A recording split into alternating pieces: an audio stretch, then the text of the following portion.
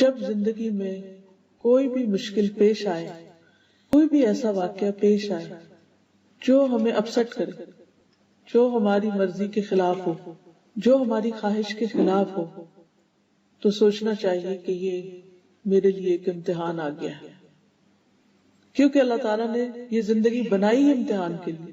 اس میں ہم سب کو ٹیسٹ کیا جائے گا.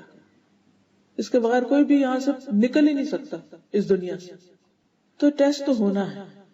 اب یہ میرے لیے ایک ٹیسٹ ہے، اور اس میں مجھ سے دیکھا یہ جا رہا ہے کہ میں اس میں کرتی کیا، میرا رویہ کیا ہوتا ہے، میرا طرز عمل کیا ہوتا ہے. دوسری بات یہ کہ انسان یہ سوچے کہ یہ تقدیر میں تھا، میری یہ ہونا تھا.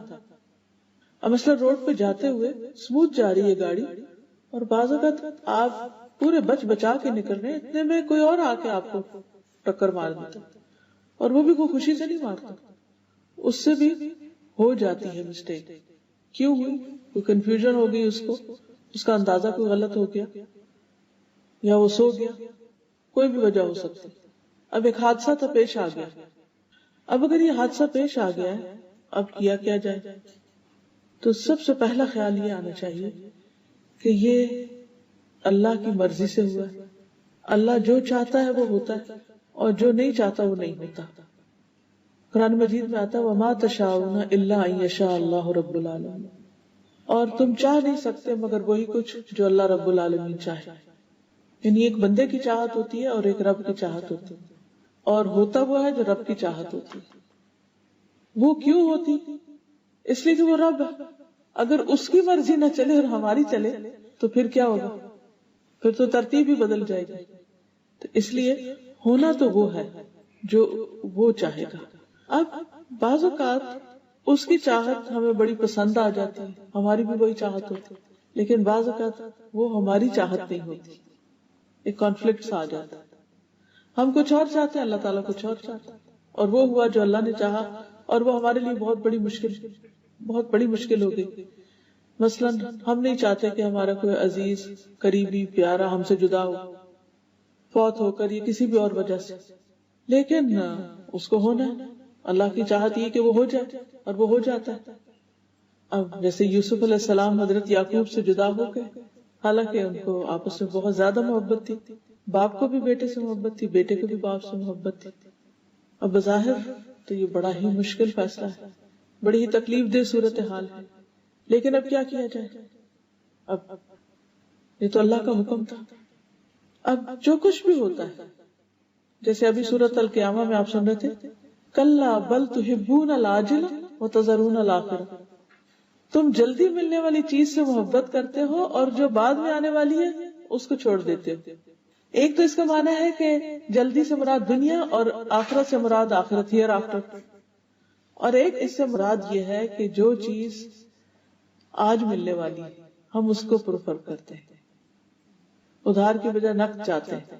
تھوڑا بھی ملے آج مل جائے، فوری مل جائے، جلدی چاہتے ہیں، عاجلہ چاہتے ہیں.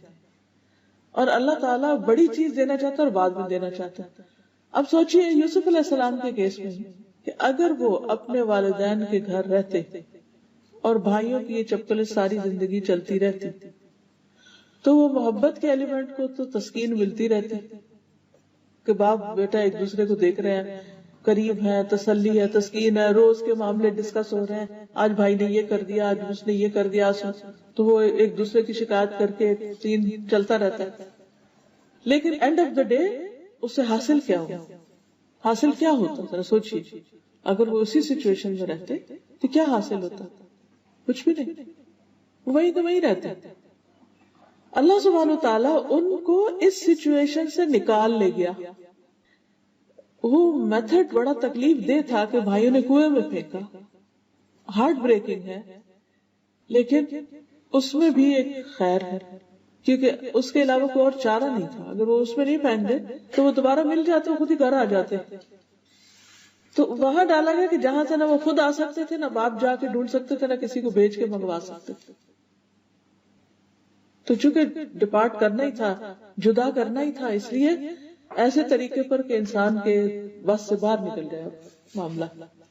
اب آپ دیکھیے کہ وہ ایجپٹ پہنچ جاتے ہیں، جو اس وقت کا بہت ہی دنیاوی اعتبار سے سویلائزڈ اور بہت ترقی یافتہ ملک تھا، اور کہاں وہ فلسطین کا گاؤں جہاں پر وہ رہتے تھے، اور کہاں وہ ایجپٹ جہاں پر وہ پہنچ گئے، اور پھر جس کے گھر میں وہ رہے وہ گورنمنٹ آفیشل تھا، ان کا فائنینشیل منسٹر تھا، اس کے گھر کے رہن سہن طور طریقے وہ اللہ تعالیٰ نے سکھائے، یعنی دنیا کا سارا رکھ رکھاؤ اور دنیا کے نظام کیسے چلتے ہیں وہ ساری چیزیں انہوں نے وہاں سے سیکھی۔ پھر کس طرح وہاں بھی ان کے ساتھ ایک کے بعد ایک مشکل پیش آتی رہی، حتیٰ کہ جیل خانے میں پہنچ گئے۔ اب یہ جیل خانے میں پہنچنا یہ اور بھی زیادہ تکلیف دہ تھا، لیکن اس کے بغیر بھی چارہ نہیں تھا۔ لیکن اب آپ دیکھیے کہ بظاہر رستہ کتنا خطرناک ہے، کتنا تکلیف دہ، لیکن کہاں پہنچ رہا ہے، نتیجہ کیا نکلنے والا ہے، اللہ تعالیٰ دینے والا کیا ہے ان کو اللہ تعالیٰ نے نبوت بھی عطا کی، خوبصورتی بھی عطا کی، اچھا اخلاق بھی عطا کیا، اور پھر دنیاوی حکومت بھی عطا کی، سب کچھ۔ یعنی ایک انسان کسی چیز کا جو تصور کر سکتا ہے کہ اسے دنیا میں ملے، وہ سب کچھ مل گیا ان کو۔ لیکن کن راستوں سے ملا، کن کٹھن راستوں سے، کن مشکل راستوں سے ہوتے ہوتے وہ وہاں تک پہنچے۔ یہ تو ایک مثال ہے۔ ایسے ہی موسیٰ علیہ السلام کی مثال بھی کہ کس طرح ان کی ماں ان کو پانی میں ڈال رہی ہے اور کس طرح وہ اپنے مقام تک پہنچتے ہیں۔ تو کہنے کا مقصد یہ ہے کہ بعض اوقات اللہ تعالیٰ ہمیں ایسی تکلیف دہ صورت میں ڈال دیتا ہے، ایسی مشکل میں ڈال دیتا ہے کہ جو ہمارے لیے بہت ہی ناگوار ہوتی، ہمیں بہت ہی ناپسند ہوتی، لیکن اللہ تعالیٰ سے بڑھ کر کوئی ہمارے لیے مہربان بھی نہیں، وہ الٹیمیٹلی ہمارے لیے فائدے کی ہوتی، مگر ہم اپنے شارٹ سائٹڈنس کی وجہ سے اس کو سمجھ نہیں پاتے، جس کے نتیجے میں ہم پریشان ہوتے ہیں۔ سارے غم کی وجہ یہ ہوتی ہے کہ ہمیں اس مشکل یا اس دلدل میں پھنسنے کی وجہ سمجھ نہیں آ رہی تھی کہ اس سے نکلنے کا، کیونکہ ہم تو ہوپلس ہو چکے ہیں، فوراً ہم دل چھوٹا کر بیٹھتے ہیں اور ہم کہتے ہیں بس ہم تو ختم، اب تو ہمارے ساتھ کچھ اچھا نہیں ہونے والا، دنیا اندھیر ہو گئی۔ تو پہلی چیز جو بندے کو مشکل پیش آنے پر سوچنی چاہیے وہ یہ کہ یہ اللہ کا فیصلہ، اللہ نے میرے لیے یہی چاہا، اور اللہ کی چاہت میری اپنی چاہت سے زیادہ بہتر ہے، اس کی اس میں کوئی نہ کوئی حکمت ہے، مصلحت ہے، اس نے یہ میرے مقدر میں رکھا ہے، اور اس میں ضرور کچھ بھلا ہے۔ اللہ کا فیصلہ کبھی بھی ظلم پر مبنی نہیں ہو سکتا، بس اس وقت انسان اعتماد کر لے اللہ کے فیصلے۔ اب ایک اور سچویشن آپ دیکھیے، حضرت ابراہیم علیہ السلام، ان کی شادی حضرت سارہ سے ہوئی جو اس وقت مسلمان ہوئی، اور پھر بعد میں جب وہ ایجپٹ گئے اور اس بادشاہ نے حضرت سارہ کو پکڑا، جس سے پھر وہ چھوٹ گئی، وہ بھی ان کی ایک کرامت تھی کہ وہ ان کے ساتھ برا ارادہ رکھتا تھا لیکن اللہ تعالیٰ نے اسے کامیاب نہیں ہونے دیا۔ تو اس کے بعد جب انہوں نے ان کو چھوڑا تو ساتھ حضرت ہاجرہ بھی تحفے کے طور پر دے دی۔ تو بعد میں حضرت ہاجرہ سے حضرت ابراہیم نے شادی کی، ان کے بچے نہیں تھے، حضرت ہاجرہ کا بیٹا اسماعیل پیدا ہوا۔ تو جب وہ دودھ پیتا بچہ تھا تو روایات میں اس طرح آتا ہے کہ حضرت سارہ بہت سخت ناراض ہوئی اور وہ کہتے کہ میں ان کو برداشت نہیں کر سکتی، آپ ان کو یہاں سے لے جائیں۔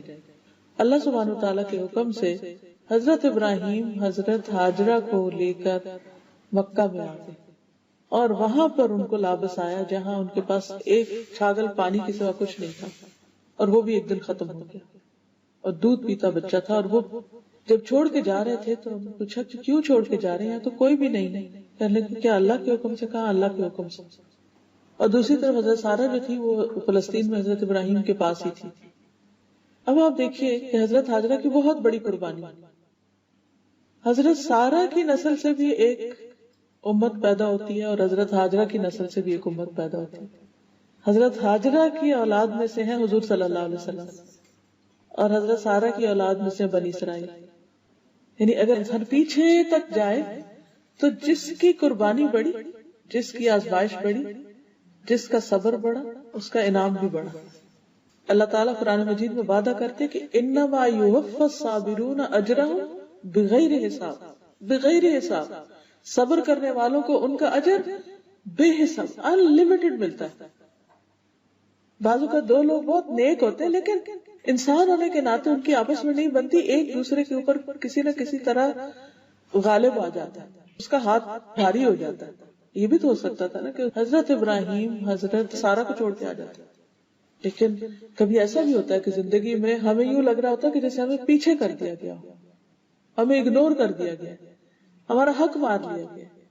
کبھی ہمیں ماں باپ سے شکایت ہو سکتی، کبھی بہن بھائیوں سے، کبھی کسی اور انسان سے ہو سکتی. کتنا ہیوملیشن کا محسوس ہوتا ہے انسان کو جب آپ ریجیکٹڈ اور ڈیجیکٹڈ فیل کرتے ہیں اپنے آپ کو. کبھی بچے پرواہ نہیں کرتے. یعنی ہر ایک کے مسائل فرق ہوتے ہیں، مختلف چیزیں سننے میں آتی رہتی ہیں. کوئی بچوں کی طرف سے پریشان ہوتا ہے، کوئی شوہر کی طرف سے ہوتا ہے، کوئی ماں باپ کی طرف سے ہوتا ہے، کسی کو دوست چھوڑ جاتا ہے. بعض اوقات بہت اچھے تعلقات ہوتے ہیں، بچپن کے فرینڈز ہوتے ہیں، لیکن اچانک کوئی بیچ میں اور شخص پڑتا ہے اور اس کی دوستی زیادہ ہو جاتی ہے اور آپ کو ایک طرف کر دیا جاتا ہے. تو اس وقت بھی آپ بہت ہارٹ بروکن ہوتے ہیں. کبھی کوئی دنیا سے چلا جاتا ہے.